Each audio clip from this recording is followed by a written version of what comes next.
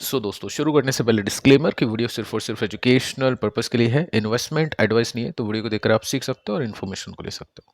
और इससे पहले एक वीडियो मैं आपको दे चुका हूं जो कि 16 मिनट का है, काफ़ी बड़ा वीडियो है, जिसके अंदर हमने निफ्टी, क्रिप्टो मार्केट, ETF जिसमें गोल्ड सिल्वर आ जाते हैं, कंपनीज हैं, स्टॉक्स जो अभी के समय नीचे हैं, Q2 के रिएक्शंस, IPOs, सब कुछ, ऑलमोस्ट सब कुछ जो भी आज के लिए इंपॉर्टेंट है, अभी तक की जो भी न्यूज़ है, सब कुछ हमने यहाँ पे कवर किया। तो आप इसको देख लेना।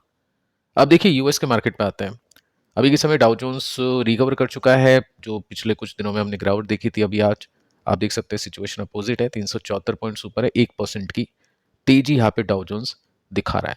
ठीक है, ये प्लस माइनस हो सकता है, लेकिन अभी के समय जो ओपनिंग है उसके बाद का जो कार्यक्रम है वो अभी आप इसमें देख सकते हैं। नेस्डेक को देखो 2% के साथ में तेज है। मैक्सिमम जो कंपनीज है, टेक कंपनीज, उनकी पिटाई हुई थी ट्रंप का 100% टैरिफ लगाने पर। जो भी सॉफ्टवेयर सर्विस, IT सर्विसेज हम बोल सकते हैं, जो चाइना से इंपोर्ट करेगी उसके लिए, तो 2% के साथ में भी नेस्डेक रिकवर कर चुका है। जो भी कल गिरा था, ऑलमोस्ट हम बोल सकते हैं रिकवरी अभी हमको दिखाई दे रही है। फैंग को भी देख लेते हैं, तो चलो 2% की तेजी है। ओपनिंग न्यूट्रल थी, लेकिन उसके बाद में अच्छी बाइंग हो जाती है और यहाँ पे 2% ऊपर अभी फैंग का जो इंडेक्स है वो परफॉर्म करा है। कल हमने इसमें देखा था क्रैश, यानी फ्राइडे के दिन हमने इसमें देखा था क्रैश तकरीबन 3% के आसपास का। तो आज के दिन हमने देखा ETF को थोड़ा सा अंडर परफॉर्म करते हुए। तो यही कुछ मौके हैं जो इन्वेस्टर्स को मिलेंगे इसमें एंट्री करने के, अगर कोई करना चाहता है तो। क्योंकि एक ही कंपनी है जिसका ये ETF अवेलेबल है, जिसका नाम है मिरे एसेट। अगर काफ़ी सारी और भी कंपनीज होती, HDFC का भी फैंग ETF होता, SBI का भी होता, तो उसके अंदर भी ट्रेडर इन्वेस्ट करते हैं, तो फिर वो वॉल्यूम बट जाता। लेकिन एक ही अवेलेबल है, तो यहाँ पे काफ़ी ज़्यादा ऑर्डर्स लग जाते हैं, जिसकी वजह से सर्किट्स में परफॉर्म करता है, इन्वेस्टर को खरीदने का मौका नहीं मिलता है। तो ऐसा कुछ होगा तभी इसके अंदर कुछ ना कुछ मौके मिल सकते हैं। तो चलो ठीक है, अभी ये यूएस के मार्केट की सिचुएशन है। आगे चलते हैं, न्यूज़ को देखते हैं कि क्या हुआ एकदम से आज मार्केट रिकवर कैसे कर गए। अब देखिए बड़े प्लेयर्स का जो गेम है, कैसे मतलब प्ले होता है मार्केट के अंदर, कैसे रिटेल इन्वेस्टर्स के नुकसान होते हैं, कैसे रिटेल इन्वेस्टर्स सुसाइड भी कर लेते हैं। जैसे हमने पिछले वीडियो में बात की है, क्रिप्टो मार्केट के अंदर काफ़ी बड़े मूव्स आए थे और वो प्री प्लान्ड मूव्स होते हैं ऐसे। ठीक है, क्योंकि देखो आगे चल के मैं आपको डेटा दिखाता हूँ, उसके अंदर आप खुद ही समझ सकते हो। सो अभी आप देखो यूएस के मार्केट के अंदर कल तो क्रैश हुआ यूएस चाइना की न्यूज़ को लेकर। एक ही दिन में आप देखोगे ना, तो यूएस के मार्केट के स्टॉक्स ऊपर चल जाते हैं। और उसके पीछे का रीजन बताया जाता है कि यूएस चाइना की जो ट्रेड टेंशंस है वो थोड़ी थोड़ी ठंडी हो रही है। एक दिन में ऐसा क्या हो गया कि टेंशन थोड़ी सी ठंडी हो रही है। ठीक है, तो ये सब प्ले होता है बड़े प्लेयर्स का, ऑपरेटर्स का, और भी काफ़ी सारी चीज़ें होती है जो मार्केट के अंदर प्ले करती है। आगे चल के थोड़ा सा डिटेल में उसको देखते हैं। बाकी मैं आपको बता देता हूँ एफआईएस ने आज के दिन क्या किया है। तो 240 करोड़ की बिकवाली की है। कल के दिन यूएस के मार्केट से पैसे निकाल लेते हैं, यानी फ्राइडे के दिन, और आज के दिन आप देखोगे ज़्यादा पैसे तो निकले नहीं है, क्योंकि 240 करोड़ की बिकवाली है। तो ठीक है, ये बिकवाली हो चुकी है। बाकी एफआईएस थोड़ी सी पॉजिटिव हो चुकी है इंडियन मार्केट पर, जो मैं आपको बता चुका हूँ। यहाँ पे भी हमने बातचीत की थी कि एफएनओ के अंदर एफआईएस पॉजिटिव हो चुकी है। और उसके बाद में कैश मार्केट के अंदर भी पॉजिटिव है। इसको भी थोड़ा सा पॉजिटिवली ही हम देखेंगे, क्योंकि जब एफआईएस 6,000, 4,000, 5,000 करोड़ की बिकवाली करती है, वहाँ पे जस्ट 240 करोड़ की बिकवाली की है, तो इसको भी हम थोड़ा सा पॉजिटिवली देख सकते हैं। और निफ्टी का जो चार्ट है वो भी काफ़ी पॉजिटिव दिख रहा है, जिसको हमने फर्स्ट वीडियो में डिस्कस किया है। चलिए दोस्तों, थोड़ा सा डिस्कस करते हैं क्रिप्टो क्रैश को लेकर, क्योंकि एक बहुत बड़ा मतलब इवेंट हुआ था जिसके अंदर मार्केट क्रैश हुआ। जो भी लिवरेज पर पोजीशंस ले चुके थे उनकी कैपिटल जीरो हो गई। काफ़ी सारे जो हेज फंड थे जो क्रिप्टो मार्केट के अंदर ट्रेड करते थे, पैसे लगाते थे बाकी इन्वेस्टर्स का, वो बर्बाद हो गए। तो इसके ऊपर हम बातचीत करते हैं, क्योंकि ये स्टॉक्स में भी हो जाता है कभी कभी, हम मार्केट के अंदर भी देख सकते हैं ऐसी चीज़ें। तो ये आपके लिए भी ज़्यादा इंपॉर्टेंट है जानना। देखिए यहाँ पे मैनिपुलेशन भी काफ़ी होता है। अब जैसे ही कुछ इवेंट हो जाता है ना इस तरह से, जैसे किसी की जान गई है या किसी ने सुसाइड किया है या फिर बहुत बड़े क्रैश हो चुके हैं, तो उसके अंदर फिर होता क्या है, बाद में चीज़ें सामने आती है कि क्या कुछ हुआ होगा, उसको कनेक्ट करते हैं। जैसे आपने देखा होगा कि यूएस के मार्केट जब गिरे थे एकदम से, जब ट्रंप की न्यूज़ आई थी टैरिफ को लेकर, या XYZ और भी काफ़ी सारी न्यूज़ आई, तो उसके नेक्स्ट डे विद डेटा के साथ में न्यूज़ आना शुरू हो गई थी कि कैसे ट्रंप के जानकार ने, यानी फैमिली मेंबर्स ने, या फिर जो भी उनके साथ में काम करता है, उसने इतने बिलियन डॉलर का प्रॉफिट किया, क्योंकि उन्होंने मार्केट को पहले से ही शॉर्ट कर रखा था। इसराइल हमास हुआ था, तो जो टेररिस्ट हैं उन्होंने भी इसराइल के मार्केट को पहले ही शॉर्ट कर दिया था, क्योंकि उनको पता था हम अटैक करेंगे इसराइल के ऊपर तो मार्केट क्रैश होगा। तो वैसे भी काफ़ी प्रॉफिट उन्होंने कमाया था। तो काफ़ी सारी चीज़ें प्री प्लान्ड होती है। मैं ऐसे नहीं कह रहा हूँ कि यहाँ पे ट्रंप ने पैसे कमाए हैं, लेकिन डेटा आपको यही बता रहा है, तो डेटा को एक बार हम देख लेते हैं। अब देखिए कुछ ट्वीट्स के अंदर आप देखोगे ना तो यहाँ पे आपको दिखाई देगा कि एरिक ट्रंप, ये कौन है पहले आप जान लो, ट्रंप के बेटे हैं। और इन्होंने 2025 यानी इसी साल, ये डेट्स आप देखोगे ना तो जब जब मार्केट क्रैश हुआ है, क्रिप्टो क्रैश हुआ है, उससे एक दो दिन पहले बाय द डिप्स के ट्वीट्स किए हैं। सिंपली आप देखोगे डेट, यहाँ पे अगर मैं आपको इनके ट्वीट्स बताऊं तो इसके अंदर भी आप देख सकते हैं, यहाँ पे डेट आपको दिखाई देगी, उसके कुछ ही दिन बाद या नेक्स्ट डे क्रैश हो जाता है क्रिप्टो बाजार। ठीक है, अभी रिसेंट आप ये देख सकते हैं, यहाँ पे आपको देखने को मिलेगा। और इससे पहले भी आप देखोगे तो पहले की भी आपको ये बाय द डिप्स देखने को मिलेगा। ठीक है, तो मार्केट के अंदर ये सब चीज़ें चलती है क्योंकि पहले से ही उनके पास में इंफॉर्मेशन होती है और इंफॉर्मेशन का यूज़ ले लेते हैं लोग। अब जो पकड़े जाते हैं, जो छोटे मोटे लोग होते हैं, जैसे सीएनबीसी के कुछ एंकर्स, संजीव भसीन, हेमंत घई, ऐसे कुछ लोग हैं जो छोटे मोटे लोग हैं। मार्केट मतलब बहुत बड़ा है, उनके अंदर काफ़ी बड़े पावरफुल लोग हैं, उनके कंपैरिजन में वो छोटे लोग हैं तो वो पकड़े जाते हैं। बाकी मार्केट के अंदर ये सब चीज़ें चलती हैं। डेटा दोस्तों ये कहता है कि 2000 प्लस क्रिप्टो ट्रेडर्स ने सुसाइड किया है जो मार्केट क्रैश हुआ था कल के दिन। देखो मैं कितनी न्यूज़ सही है उसको यहाँ पे नहीं बता सकता हूँ क्योंकि सोर्सेस क्लियर नहीं है, लेकिन हाँ कल के दिन एक ही इंसान ने, मतलब जो क्रैश आया था कुछ दिन पहले, उसके अंदर एक इंसान ने सुसाइड नहीं किया। काफ़ी सारी आर्टिकल्स मैंने देखे हैं और वो आर्टिकल सब जेन्युइन है। 2000 को नहीं बोलूंगा, लेकिन हाँ ये सब चीज़ें हुई हैं। सिंपल सा फंडा है, मार्केट के अंदर भी आप अपनी एक्सपेक्टेशंस को रियलिस्टिकली सेट करके चलो, पूरा पैसा मत लगाओ किसी भी कंपनी के अंदर और डाइवर्सिफिकेशन करके चलो, एक्सपेक्टेशंस अपनी रियलिस्टिक रखो। साथ में आप देखोगे ना बड़े प्लेयर्स किस तरह से डील करते हैं। अब ये आपको बताइए, लैरी फिंक है, नहीं पता है तो बता देता हूँ, ब्लैक रॉक के फाउंडर है या फिर जो सीईओ है, चेयरमैन, हम वो बोल सकते हैं इनको। ठीक है, इनके पास में पूरा मार्केट है, यूएस का पूरा मार्केट है, इंडिया का मार्केट भी हम बोल सकते हैं। साथ में आप देखोगे ना मार्केट कैसे है, क्योंकि इनके पास में जो होल्डिंग्स है, एप्पल की जो होल्डिंग है, उनके फाउंडर तो ठीक है अभी नहीं है, या जो भी ऊपर के लोग हैं उनके पास में इतने स्टॉक्स नहीं है। यूएस की अगर आप लिस्ट देखोगे ना स्टॉक्स की, प्रमोटर की होल्डिंग, तो बहुत ही कम कंपनी, 1% 2% शायद कंपनी आपको मिल जाए जिसमें 50% या उसके ऊपर का स्टेक है प्रमोटर के पास में। आपको मिलेगी नहीं, प्रमोटर या तो है ही नहीं या फिर 2-5% के स्टेक है, प्रमोटर के पास 10-12% के स्टेक है, बाकी इंस्टीट्यूशनल इन्वेस्टर्स के पास में होता है जो कि ब्लैक रॉक है। एप्पल की टॉप होल्डिंग्स किसके पास में, एप्पल मैक्सिमम इनके पास में है, गूगल, ये सब इनके पास में, वैनगार्ड भी एक एसेट मैनेजमेंट कंपनी वहां पे उनके पास में है। तो ये चाहे ना तो स्टॉक बेच के सब कुछ खराब कर सकते हैं, यूएस की इकोनॉमी को बिगाड़ सकते हैं चाहे तो जब भी कुछ इंपॉर्टेंट डिस्कशन होता है ट्रंप के साथ में या यूएस सरकार के साथ में, तो इनको बुलाते हैं, इनके साथ में कुछ ना कुछ डिस्कशंस किए जाते हैं। अब देखो मार्केट क्रैश हुआ है तो उन्होंने क्या किया, 45,000 बिटकॉइन बाई किए जो कि $5 बिलियन के हैं। एवरेज प्राइस 1,05,000 यानी बॉटम पे जो क्रैश हुआ था उसके अंदर। तो ठीक है, ये फायदा कमाते हैं। एक न्यूज़ ये भी आ रही है कि जो ट्रंप के बेटे हैं उन्होंने अभी जैसे ही क्रिप्टो मार्केट क्रैश हुआ 500 मिलियन की यॉट ऑर्डर की है। तो देखो यही है, अमीर और अमीर बनेगा इन सब चीज़ों से। तो हम यहाँ पे सबसे इंपॉर्टेंट जो चीज़ है वो यही कर सकते हैं कि मार्केट के अंदर डाइवर्सिफिकेशन और रियलिस्टिक एक्सपेक्टेशंस हो। बहुत ज़्यादा ऐसी कंपनीज में इन्वेस्ट ना करें जो ऑलरेडी गिरावट दिखा रही है या फिर रिजल्ट खराब आ रहे हैं, उनके कंटिन्यूसली प्रमोटर नेगेटिव है। वैसी कंपनीज में क्या करते हैं, काफ़ी लोग अभी पैसे लगाए, उसके बाद में और पैसे और पैसे और पैसे लगाते, ईगो में आ जाते हैं कि मेरी कंपनी है, मैंने खरीदा है तो ये प्रॉफिट के अंदर आना ही चाहिए। वो गलती आपको नहीं करनी चाहिए। बाकी क्रिप्टो मार्केट या किसी भी मार्केट में ट्रेड करो, खुद के पैसों से करो, लेवरेज मत लो, क्योंकि जो भी लोग अभी सुसाइड कर चुके हैं या फिर जो बुरी तरह से फाइनेंशियली बर्बाद हुए हैं वो वही लोग हैं जिन्होंने लेवरेज के ऊपर काम किया। अब देखिए दोस्तों, कुछ कंपनीज को देखते हैं जिनके स्टॉक्स में आज बाइंग इंटरेस्ट दिखा है, साथ में कुछ कंपनीज है जिनके Q2 के रिजल्ट आए हैं, उसको भी चेकआउट करते हैं।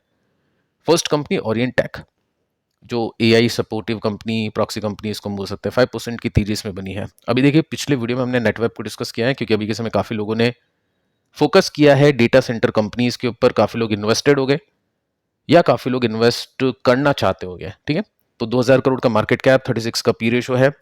अगेन मैं आपको बता चुका हूं कि एआई के अंदर नेटवेब ही फिलहाल एक ऐसी कंपनी जिसके पास में ऑर्डर आए हैं, अच्छे बड़े ऑर्डर आए हैं। बाकी जो भी कंपनीज है ना वो एक्सपेक्टेशन के हिसाब से चल रही है कि उनके पास भी ऑर्डर आ सकते हैं, इंक्लूडिंग दिस कंपनी। अब देखिए हुआ क्या है, जैसे क्या होता है कि इन्वेस्टर ने या तो यहाँ पे लिया होगा ब्रेकआउट देख के, तो वो प्रॉफिट में है, उनको क्या करना है, अपने प्रॉफिट को बुक करना है टाइमली, कि वो अपने प्रॉफिट को देखें, प्रॉफिट को बुक करें, वो प्रॉफिट लॉस के अंदर कन्वर्ट ना हो जाए। जिन भी लोगों ने यहाँ पे टॉप पे ले लिया होगा इसको, ये सोचते हुए कि स्टॉक और चलेगा, जो कि मिस्टेक होती है क्योंकि थोड़ा सा गिरना बनता है, मैं आपको बता चुका हूँ कि प्लस माइनस होता है स्टिल। तो वो क्या करेगा, वो सोचेगा कि मेरा लॉसेस बड़े नहीं हुए, यहाँ पे जिसने लिया वो अपने प्रॉफिट को लेगा, और जो टॉप पे ले चुका है वो स्टॉप लॉस रखेगा कि मेरे लॉसेस ज़्यादा नहीं हो। तो वैसे लेवल्स को निकालने के लिए आपको थोड़ा सा टेक्निकल स्टडी करनी पड़ेगी कि स्टॉक किस तरह से रिएक्शन दे रहा है। तो यहाँ पे हम इसको एक बेस मान लेते हैं, यहाँ पे आप देखोगे तो इसके ऊपर ही टिका हुआ है, इसको तोड़ नहीं रहा है, तो यहाँ पे बाइंग इंटरेस्ट है। होता क्या है, स्टॉक चलता है, थोड़ा गिरता है, उसके बाद में चलता है, थोड़ा गिरता है, तो ये जो लेवल है इसको हम एक सपोर्ट का लेवल समझ सकते हैं। तो जिसने यहाँ पे कहीं पे लिया है वो अपने स्टॉप लॉस रखेगा कि इसके नीचे आएगा तो जो भी छोटा मोटा लॉस है वो बुक करूंगा, और जिसने यहाँ पे कहीं पे लिया है वो अपने प्रॉफिट को बुक करेगा। सेम काइंड ऑफ इंफॉर्मेशन या जो डेटा है नेटवेब के अंदर मैंने आपको दिया है, साथ में आप देख सकते हैं बाकी और कंपनीज के ऊपर कि किस तरह से चार्ट बन रहे हैं और कैसे आप उनके सपोर्ट को निकाल सकते हैं। कोई प्राइस मैं आपको नहीं बता रहा हूँ कि कौन सा सपोर्ट रेसिस्टेंस है या फिर आपको यहाँ पे बेचना खरीदना है, ऐसा कुछ नहीं है। जस्ट मैं आपको सिखा रहा हूँ कि कैसे आप अपने प्रॉफिट को प्रोटेक्ट कर सकते हैं और स्टॉप लॉस ट्रेडर्स कहाँ पे लगाते हैं। आगे चलते हैं, वारी रिन्यूएबल को देखते हैं। 8% की तेजी बनी, अब इसमें रिएक्शन है Q2 के रिजल्ट का। कल बात की थी अपन ने Q2 के रिजल्ट को लेकर, यानी पिछले वीडियो के अंदर, और हमने देखा रिजल्ट बहुत अच्छे थे, मोर देन 100% के साथ में ग्रोथ इसमें निकली थी। 44 का पी रेशियो है, ये आप देख सकते हैं। Q2 का नेट प्रॉफिट इसमें डबल हो चुका है, न्यू ऑल टाइम हाई गलत छाप दिया इधर, ये 52 वीक का हाई हम इसको बोल सकते हैं, नहीं 52 वीक की हाई इसमें लगी है। बातचीत की थी कि ये रेसिस्टेंस अपन ने निकाला था, उसी पर स्टॉक आज गया। अगर ये यहाँ से निकल जाता है, ब्रेकआउट कर देता है अच्छे वॉल्यूम के साथ में, तो फिर ठीक है, एक स्विंग की एक्सपेक्टेशन की जा सकती है जो कि होगा 30-40% का, 30-40% का, विच इज वेरी गुड। तो इसको ट्रैक करना चाहिए। आगे देखते हैं, इसके साथ में वारी एनर्जीज ने भी अच्छा कर दिया, 3% के साथ में तेजी इसमें बनी, क्योंकि उसकी सब्सिडरी कंपनी मतलब पेरेंट कंपनी वारी एनर्जी, और वारी रिन्यूएबल वो सब्सिडरी कंपनी, वो छोटी कंपनी है, ठीक है। तो यहाँ पे भी अच्छी तेजी आप देख सकते हैं। इसके रिजल्ट आने अभी बाकी है, और चांसेस है कि ये जो सपोर्ट है उसके ऊपर जाने की कोशिश कर जाए, क्योंकि वारी रिन्यूएबल के अच्छे रिजल्ट है, तो हो सकता है इसके भी अच्छे रिजल्ट हम देख पाए। इसके बाद में ड्रीम फॉक्स देखो, यहाँ पे 14% की तेजी बनी, 15% के आसपास की तेजी बनी, एकदम से बढ़िया तेजी बन गई। अब काफी लोग है ना यहाँ पे देखेंगे कि इसकी जो वैल्यूएशन है वो 11 का है, पी यानी बहुत सस्ता है, चलो इसको लेते हैं। कभी भी देखिए, आपको ये देखना है कि जब भी किसी कंपनी की वैल्यूएशन कम है तो उसके पीछे कोई रीजन है, कोई कारण है, क्योंकि आपके पास में स्टॉक ही पहुंचा है तो ऐसा नहीं कि आप ही को पता है सस्ती वैल्यूएशन है तो मैं खरीदता हूँ, मार्केट को आपसे ज्यादा पता है। तो मार्केट अगर इसको नहीं ले रहा है तो उसके पीछे कोई ना कोई कारण होगा, तो उस कारण को देखना चाहिए।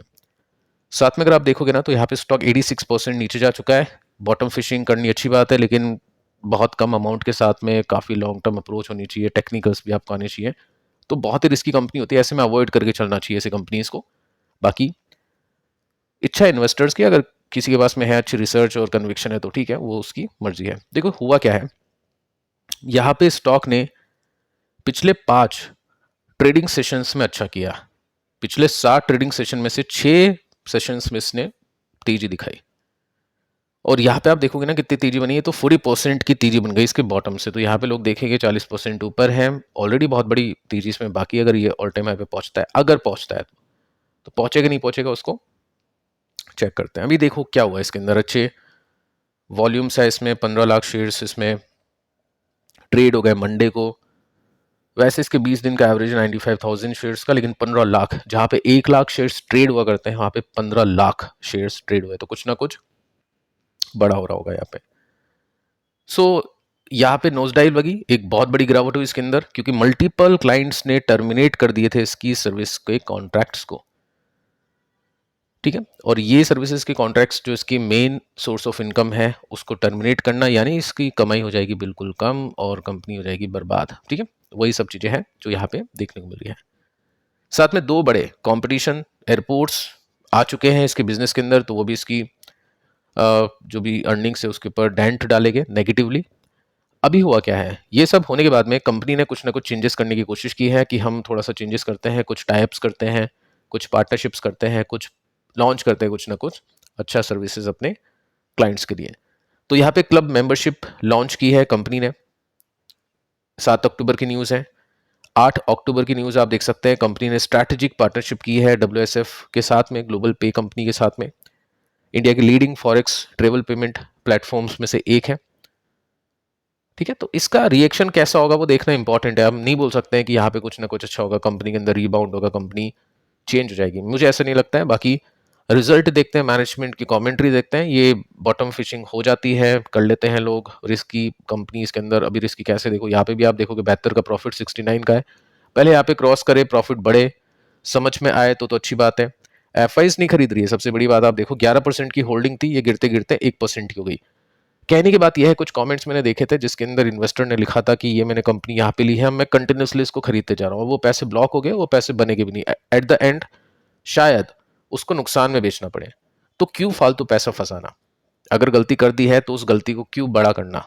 स्टॉप लॉस नहीं रखा, क्योंकि चीजें चेंज होती है, हर कंपनी का स्टॉक नहीं चलेगा, काफी सारी कंपनी के स्टॉक नीचे जाएंगे अपने, लेकिन टाइमली उसको एग्जिट करना या फिर उसके अंदर और पैसे नहीं लगाना, ये थोड़ी सी समझदारी होती है।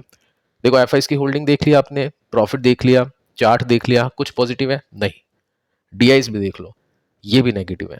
तो इतना सब होने के बाद में वैसी कंपनीज के अंदर कंटिन्यूसली बाइंग करना वो बहुत ही खराब चीज़ है, उसको एवरेज डाउन नहीं करना चाहिए। अभी हमने देखा क्रिप्टो मार्केट की सिचुएशन के अंदर जो रिस्क मैनेजमेंट मैं आपको सिखा रहा हूँ, वही चीज़ यहाँ पे भी अप्लाई आप कर सकते हैं। एफ के बाद में डीएस देखी, उसके बाद में पब्लिक देख लो, पब्लिक यहाँ पे खरीद रही है, ठीक है, तो वो सब चीज़ें आपके सामने है। अब देखिए नेक्स्ट कंपनी बीएससी 4% के साथ में तेजी बनी, और इसके अंदर कुछ इंटरेस्टिंग हो रहा है। 1 लाख करोड़ का मार्केट कैप, 64 का पीई रेशियो। अभी देखो यहाँ पे भी कैसे मैनिपुलेशन चल रहा है, मैनिपुलेशन कहो या कुछ भी कहो इसके अंदर, क्योंकि सेबी भी है, सेबी के अंदर भी एम्प्लॉयज है। सेबी मतलब ऐसा तो है नहीं कि मतलब एम्प्लॉयज है तो वो इंसान नहीं है, वो कोई रोबोट है, उनके अंदर लालच नहीं होगा, मैनिपुलेशन ये फ्रंट रनिंग ये सब नहीं करते हुए, करते हैं, काफी लोग पकड़े भी गए हैं। तो देखो अभी यहाँ पे खेल क्या चल रहा है, जब भी स्टॉक को गिराना होगा तो पहले से शॉर्ट कर देगा जो भी है, और उसके बाद में क्या होगा, न्यूज आएगी, वीकली एक्सपायरी बंद हो जाएगी, तो स्टॉक गिरना शुरू कर देता है, शॉर्ट सेलर पैसे कमा जाते हैं, फिर नीचे बाइंग कर लेते हैं और न्यूज आ जाती है। ये देखो यहाँ पे एक्सक्लूसिव न्यूज आई है वीकली एक्सपायरी को लेकर। उसमें क्या है, उसमें देखिए ये बोला जा चुका है सीएनबीसी टीवी 18 के जो सोर्सेज है उनके हवाले से, कि वीकली एक्सपायरी, ऑप्शन एक्सपायरी बंद नहीं होगी जब तक डेटा ऐसा नहीं बताएगा कि बहुत ही अनयूजुअल ट्रेडिंग एक्टिविटी हो रही है।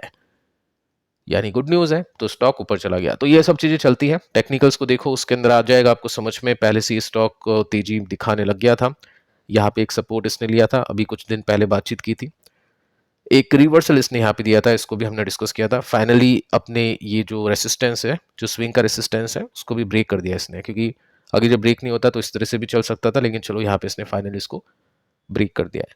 सो टेक्निकल जो पैटर्न है वो इसका पॉजिटिव हो चुका है, और इसमें यहाँ से लेकर यहाँ तक के गैप को देखिए, अगर ये स्टॉक यहाँ तक पहुंचता है तो 24% का गैप इसमें देखने को मिल जाता है।